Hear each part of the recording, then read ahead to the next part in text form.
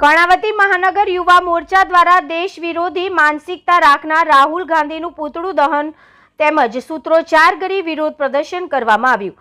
કર્ણાવતી મહાનગર મીડિયા વિભાગે એક અખબાર યાદીમાં જણાવે છે કે દેશના યશસ્વી પ્રધાનમંત્રી આદરણીય શ્રી નરેન્દ્રભાઈ મોદી સાહેબના પ્રચારથી દિલ્હી ખાતે આયોજિત આંતરરાષ્ટ્રીય એઆઈ ઇમ્પેક્ટ સમિટમાં વિશ્વના અનેક દેશોના પ્રતિનિધિ હાજર હતા।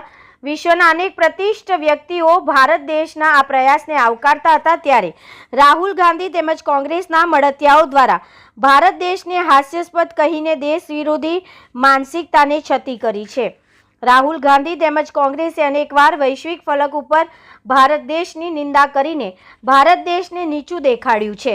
આજરોજ કર્ણાવતી મહાનગર યુવા મોરચા દ્વારા આપણા દેશ વિરોધી નિમ્ન માનસિકતા રાખનારા રાહુલ ગાંધીનું પૂતળું દહન કરી તેમજ દેશના અહિતકારી કોંગ્રેસીઓ સામે સખત શબ્દોમાં સૂત્રોચ્ચાર કરી વિરોધ પ્રદર્શન કર્યું હતું।